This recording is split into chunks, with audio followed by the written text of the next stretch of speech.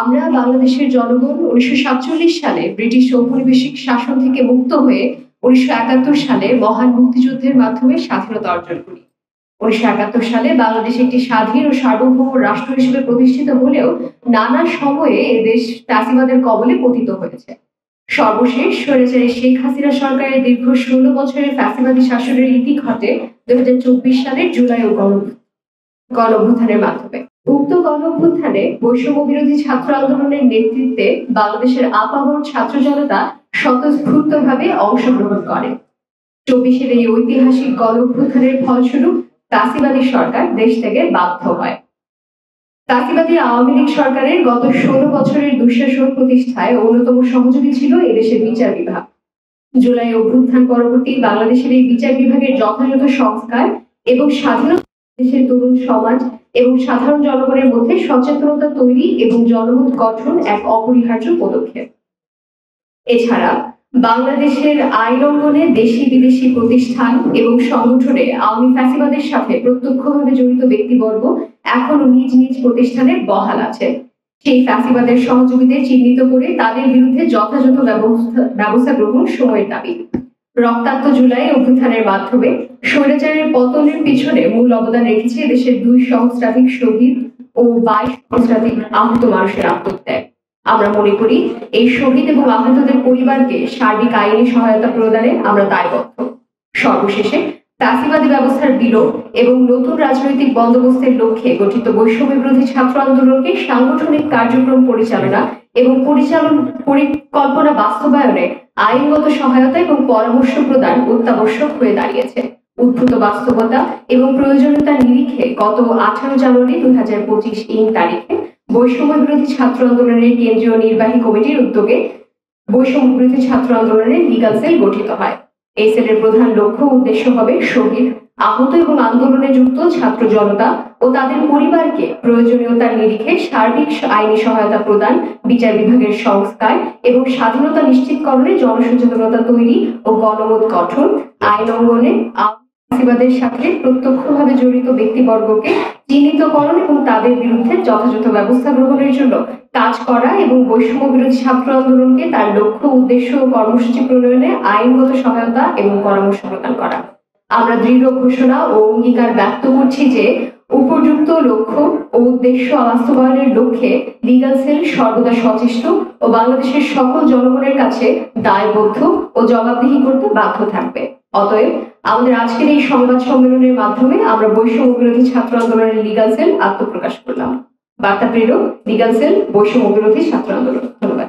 বৈষম্য বিরোধী ছাত্র আন্দোলনের এই লিগ্যাল সেল কাজ করবে বেসিক্যালি 4টা মেইন এজেন্ডা নিয়ে, 4টা মেইন কর্ম পরিকল্পনা নিয়ে। এর মধ্যে অন্যতম হচ্ছে বিচার বিভাগের সংস্কার এবং বিচার বিভাগের স্বাধীনতা নিশ্চিতকরণে জনমত তৈরি এবং সচেতনতা বৃদ্ধি। তো আমরা জানি যে 2011 সালে সুপ্রিম কোর্ট কর্তৃক ত্রয়োদশ সংশোধনী বাতিলের রায়ের মাধ্যমে এই দেশে ফ্যাসিবাদের ভিত্তি স্থাপন হয়েছিল। তো সেক্ষেত্রে এই ফ্যাসিবাদের ভিত্তি স্থাপনগুলোকে ধ্বংস করা এবং ফ্যাসিবাদের যেন আর দেশে জন্ম না হয়, সেক্ষেত্রে বিচার বিভাগের দায়িত্ব যথাযথভাবে পালনের জন্য আমরা মনে করি বিচার বিভাগের স্বাধীনতা প্রয়োজন, বিচার বিভাগের সংস্কার প্রয়োজন, এবং সেক্ষেত্রে বৈষম্য বিরোধী ছাত্র আন্দোলন যথেষ্ট কাজ করবে এই লিগ্যাল সেলের মাধ্যমে। দ্বিতীয়ত, এই দেশের বিভিন্ন আইনাঙ্গনের দেশি বিদেশি প্রতিষ্ঠান, এগুলোতে এখনো পর্যন্ত আমরা যেটা দেখছি দুঃখজনক ভাবে ফ্যাসিবাদের দোসর এবং ফ্যাসিবাদকে প্রত্যক্ষভাবে সহায়তাকারী ব্যক্তিরা তাদের পদে বহাল আছে। আমরা বৈষম্য বিরোধী ছাত্র আন্দোলনের এই লিগ্যাল সেল মনে করি এই ব্যক্তিগুলোকে যথাযথভাবে চিহ্নিত করে এদের বিরুদ্ধে আইনি ব্যবস্থা গ্রহণ, এদেরকে শাস্তির মুখে নিয়ে আসাটা খুবই জরুরি। এর উদাহরণ হিসেবে আমরা নিয়ে এসেছি যে শেখ রেজওয়ান মুজিব সিদ্দিক ববি, তিনি কিন্তু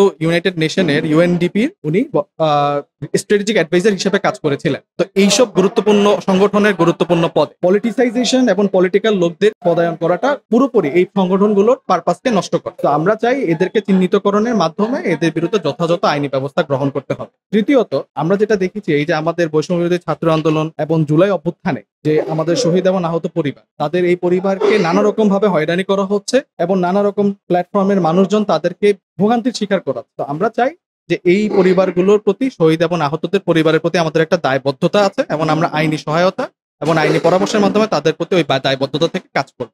আর সর্বশেষ, বৈষম্য বিরোধী ছাত্র আন্দোলনের যে লক্ষ্য, উদ্দেশ্য এবং পরিকল্পনা, সেটা বাস্তবায়নে আমরা আইনি সহায়তা এবং আইনি পরামর্শ প্রদান করব, যেন এই বৈষম্য বিরোধী আন্দোলনের যে পারপাস, ফ্যাসিবাদী ব্যবস্থার বিলোপ এবং নতুন রাজনৈতিক বন্দোবস্ত, সেটা অর্জনে যেন সক্ষম হয়।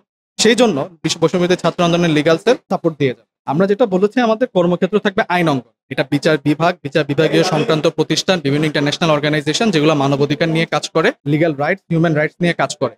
তো সেক্ষেত্রে ওইসব প্রতিষ্ঠানে যারা এই ভারতের মদতপুষ্ট হোক বা অন্য যে কোনো দেশের মদতপুষ্ট ফ্যাসিবাদের যারা দোষর আছে তাদেরকে আমরা চিহ্নিত করব এবং তাদেরকে যেন তাদের বিরুদ্ধে যথাযথ ব্যবস্থা নেওয়া হয়, শুধু তাদেরকে অপসারণ নয়, তাদের বিরুদ্ধে যেন যথাযথ শাস্তিমূলক ব্যবস্থা নেওয়া হয়। সেক্ষেত্রে আমরা আমাদের জায়গা থেকে সর্বোচ্চভাবে কাজ করব। সেক্ষেত্রে বৈষম্যবিরোধী ছাত্র আন্দোলনের তো বিস্তারিত একটা কোনো পরিকল্পনা থাকবে। লিগ্যাল সেল যেখানে কাজ করতে পারে, এখানে যে বিভিন্ন এলাকায়, বিভিন্ন পাড়া মহল্লায় যে আওয়ামী লীগের এখনো এই নিষিদ্ধ ছাত্র সংগঠন ছাত্রলীগ এবং আওয়ামী লীগের যে অপরাধীগুলো এখনো লুকিয়ে আছে, তাদেরকে কিন্তু চিহ্নিত করার পরেও অনেক সময় আমরা দেখছি যে যথাযথ পদক্ষেপ পুলিশের কাছ থেকে আসছে না। তো সেক্ষেত্রে আমাদের লিগ্যাল সেল তাদেরকে যখন আমরা ইনফরমেশন পাবো বা আমরা কোনোভাবে তখন চিহ্নিত করতে পারবো, তাদেরকে যেন যথাযথভাবে আইনের উপর সোপর্দ করা হয়, আইন শৃঙ্খলা বাহিনীর কাছে যেন তাদেরকে যথাযথভাবে সোপর্দ করা হয়, সেক্ষেত্রে আমরা আমাদের ভূমিকা পালন করব।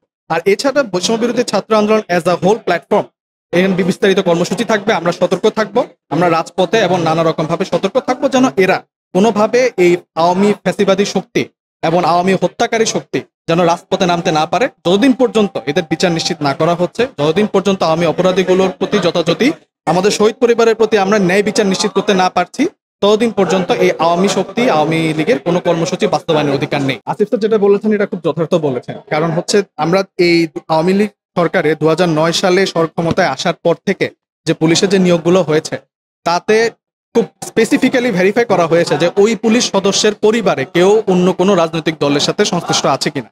আওয়ামী পরিবারের সাথে সংশ্লিষ্টতা না থাকলে সেই পুলিশ সদস্যদেরকে রিক্রুট করা হয়নি। এটা খুবই একটি স্পষ্ট বাস্তবতা। তো এই বাস্তবতার এখন যে একটা সাফারার, সেটা কিন্তু বর্তমানে আমরা এই ফ্যাসিবাদ পরবর্তী যে বাংলাদেশ আমরা দেখতে পাচ্ছি, সেখানে কিন্তু আমরা এটার জন্য সাফারার হচ্ছে। এখন নতুন করে এই পুলিশ সদস্যদেরকে রিক্রুট করা, তাদেরকে পদায়ন করা, এটা খুবই একটা ডিফিকাল্ট কাজ। তো সেক্ষেত্রে একটা প্রপার অ্যাডমিনিস্ট্রেশন দরকার, যে পুলিশের যে অ্যাডমিনিস্ট্রেটিভ বডি আছেন, যারা ডিসিশন মেকার আছেন এবং যারা রেগুলেট করেন এই বিষয়গুলো, তাদের পক্ষ থেকে স্ট্রং যদি অ্যাকশন থাকে, তাহলে আমার মনে হয় যে পুলিশ ফোর্স যার বেশিরভাগ সংখ্যকে ফ্যাসিবাদের দোষর ছিল অথবা ফ্যাসিবাদের সাথে যাদের আদর্শ সম্পৃক্ত, তাদেরকে নিউট্রালাইজ করা যাবে, তাদেরকে যথাযথভাবে কাজ করতে উদ্বুদ্ধ করা যাবে। লিগ্যাল সেল যে গঠন করা হয়েছে এটা কেন্দ্রীয় লিগ্যাল সেল এবং এর যে পরিব্যাপ্তি সেটা সারা দেশব্যাপী থাকবে। এবং এখানে আমরা 12 জন সদস্য আছি, যার মধ্যে 2 জন কেন্দ্রীয় সমন্বয়ক আছেন এবং নতুন করে আমাদের সদস্যজন আছেন। সদস্য হচ্ছে হলো তারিকুল ইসলাম এবং আরমান হোসেন, আমরা কেন্দ্রীয় কমিটি ছিলাম। আর এছাড়া আরো 10 জন সদস্য আছেন যারা আইনের শিক্ষার্থী, যারা বর্তমানে আইন পেশায় নিয়োজিত আছেন, এরকম ব্যক্তিরাও আছেন আমাদের। আচ্ছা, লিগ্যাল সেলের যে আমি আপনাদের বললাম যে অবজেক্টিভ গুলো, এটা আমি 4টা অবজেক্টিভ আপনাকে বললাম। তো এইটা যেটা যদি মেইন যে বিষয়টা থাকবে, একটা হচ্ছে যেন আমাদের শহীদ এবং আহতদের পরিবার তারা যেন ন্যায় বিচার পান, তাদেরকে শুধু এই বৈষম্য বিরোধী ছাত্র আন্দোলন কেন্দ্রিক নয়, যে কোনো ধরনের আইনি ভোগান্তি, হয়রানি যেন শিকার হতে না হয়, সেজন্য এক্সটেন্সিভলি এই লিগ্যাল সেল কাজ করবে। আর দ্বিতীয় কথা হচ্ছে যে বিচার বিভাগীয় প্রতিষ্ঠানের সংস্কার ছাড়া আপনি বিচার বিভাগের স্বাধীনতা নিশ্চিত করতে পারবেন না। তো এই বিচার বিভাগের সংস্কার এবং স্বাধীনতা নিশ্চিত করার মাধ্যমে যেন দেশে কখনো ফ্যাসিবাদের ভিত্তি স্থাপন না হয়, সেটা যেন আমরা নিশ্চিত করতে পারি, এটা আমাদের লক্ষ্য।